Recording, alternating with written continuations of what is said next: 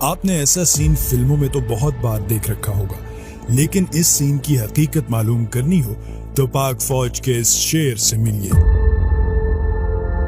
مظفر گڑھ کے بلوچ قبیلے سے تعلق رکھنے والا محض 22 برس کا سپاہی سبحان بنوں میں تعینات اپنی یونٹ میں صبح سویرے نماز فجر کی تیاری کر ہی رہا تھا کہ گولیوں کی گھن گرج نے پوری عمارت کو گھیر لیا۔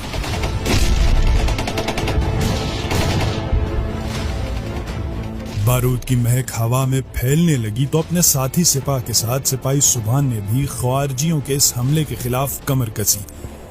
حملہ کڑا تھا، لیکن اللہ کے چٹانی دل مجاہدوں کے لیے کوئی بھی مشکل کڑی نہیں ہوا کرتی۔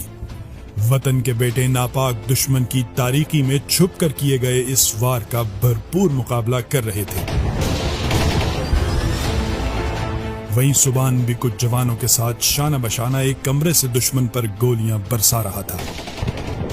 جب دشمن کے کئی ناپاک کارندوں کو جہنم پہنچا چکے تو ایک بدبخت کمرے کے نزدیک پہنچنے میں کامیاب ہو گیا اور اس نے ایک گرنیڈ اس کمرے میں پھینک دیا۔ اس دشمن کو معلوم تھا کہ اس کمرے میں گرنیڈ پھینکنے سے متعدد سپاہ کو نقصان پہنچے گا، مگر وطن کے بیٹے کہاں ایک دوسرے کو آنچ بھی آنے دیتے ہیں۔ سبحان نے جب کمرے میں گرنیڈ آتا دیکھا تو بنا کوئی دوسرا خیال کیے فوراً اس گرنیڈ پر لیٹ گیا اور اپنے کئی ساتھی جوانوں کی جان بچا کر ہمیشہ کے لیے ایک داستان شجاعت لکھ گیا۔